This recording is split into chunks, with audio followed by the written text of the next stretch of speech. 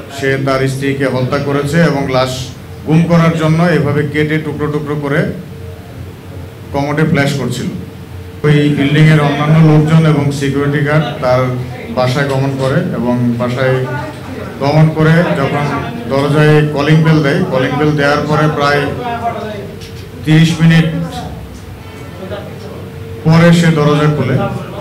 অন্যান্যদের যখন সন্দেহ হয় বিষয়টি নিয়ে, তারা জোরপূর্বক বাসার ভিতরে প্রবেশ করে এবং বাসার বিভিন্ন অংশে রক্তের দাগ দেখতে পায়।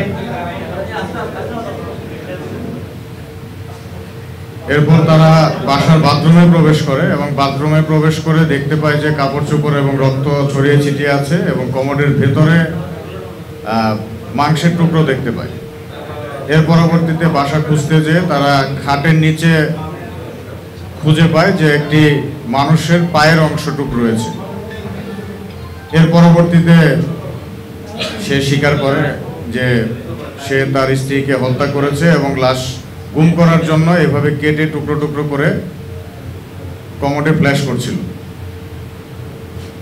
উক্ত ঘটনাটি সামাজিক যোগাযোগ মাধ্যমে দ্রুত ছড়িয়ে পড়ে এবং আমাদের র্যাবের গোয়েন্দা তথ্যের মাধ্যমেও আমরা জানতে পারি।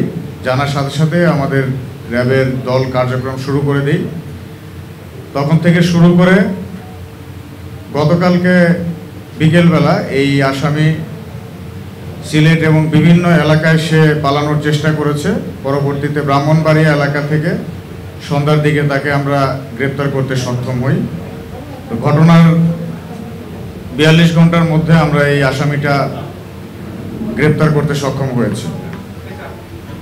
পরবর্তীতে আসামিকে জিজ্ঞাসাবাদে সে যতটুকু জানিয়েছে, সে দাবি করেছে যে তার স্ত্রীর নাকি পরকীয়ার সম্পর্ক ছিল। এটা তার দাবি, তদন্তে বিস্তারিত জানা যাবে।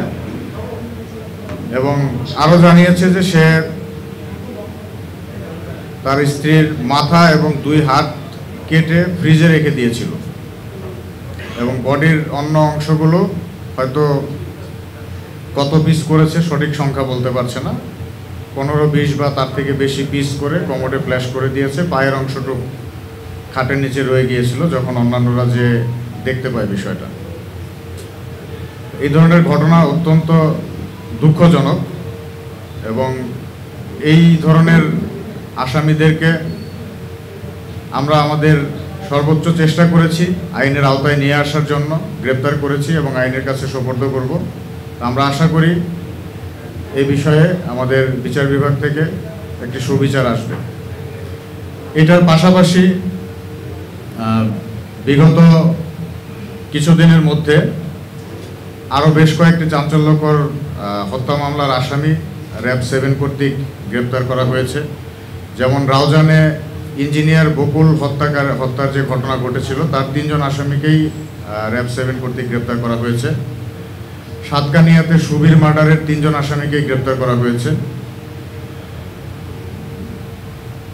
গত ঈদের সময় কক্সবাজার রোডে একটি বাস চালক কর্তৃক একটি মাইক্রোবাসের সাথে সংঘর্ষে যে 11 জন মারা গিয়েছিল, সেই বাস ড্রাইভারকে র্যাব 7 কর্তৃক গ্রেপ্তার করা হয়েছে। বাকুলিয়াতে আকবর হত্যাকাণ্ডের আসামি 1 জনকে গ্রেপ্তার করা হয়েছে। রাউজানের আরিফ মার্ডার কেসের 2 জন মূল আসামিকে গ্রেপ্তার করা হয়েছে, যার মধ্যে একজন শীর্ষ সন্ত্রাসী গিট্টু জাহাঙ্গীরও ছিল।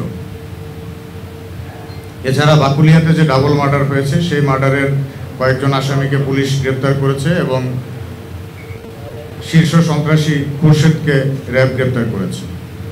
গত 4 মাসে মোট 76 জন হত্যা মামলার আসামিকে র্যাব 7 কর্তৃক গ্রেপ্তার করা হয়েছে। এছাড়াও গত 3 মাসে র্যাব 7 কর্তৃক মোট 9টি অস্ত্র উদ্ধার করা হয়েছে।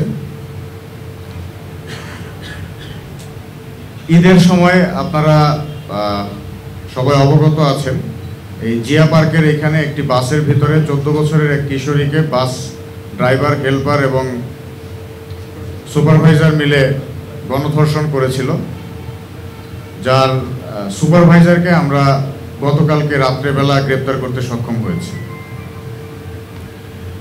এছাড়াও ডাকাতি মামলার বেশ অনেকগুলো আসামি আমরা গ্রেপ্তার করতে সক্ষম হয়েছি। যার মধ্যে উল্লেখযোগ্য আপনারা জানেন যে রাউজানের রস্যা ডাকাত নামে একটা ডাকাত ছিল, বেশ দীর্ঘ সময় ধরে প্রায় 15-20 বছর যাবৎ সে ডাকাতি করে আসছিল। এই রস্যা ডাকাতকেও আমরা গ্রেপ্তার করতে সক্ষম হয়েছি। র্যাপিড অ্যাকশন ব্যাটালিয়ন 7, উল্লেখযোগ্য বিষয়, র্যাপিড অ্যাকশন ব্যাটালিয়ন 7 এবং 9 আমাদের যৌথ প্রচেষ্টায় এই গতকালের আসামিকে গ্রেপ্তার করা হয়েছে। আপনারা জানেন যে র্যাব সবসময় একটু বড় ধরনের অপরাধীদেরকে ধরার জন্য প্রচেষ্টা চালিয়ে যাচ্ছে এবং কিছু পরিসংখ্যান আপনাদের কাছে উত্থাপন করলাম। এছাড়াও আরও অনেক ধরনের ঘটনা আছে যে আসামিদেরকে আমরা গ্রেপ্তার করতে সক্ষম হয়েছি। সমাজের যে কোনো ধরনের অপরাধের বিরুদ্ধে র্যাব সর্বোচ্চ সচেষ্ট রয়েছে এবং যে কোনো ধরনের আসামি হোক, আজ কিংবা কাল র্যাবের হাতে অবশ্যই তাকে ধরা পড়তে হবে।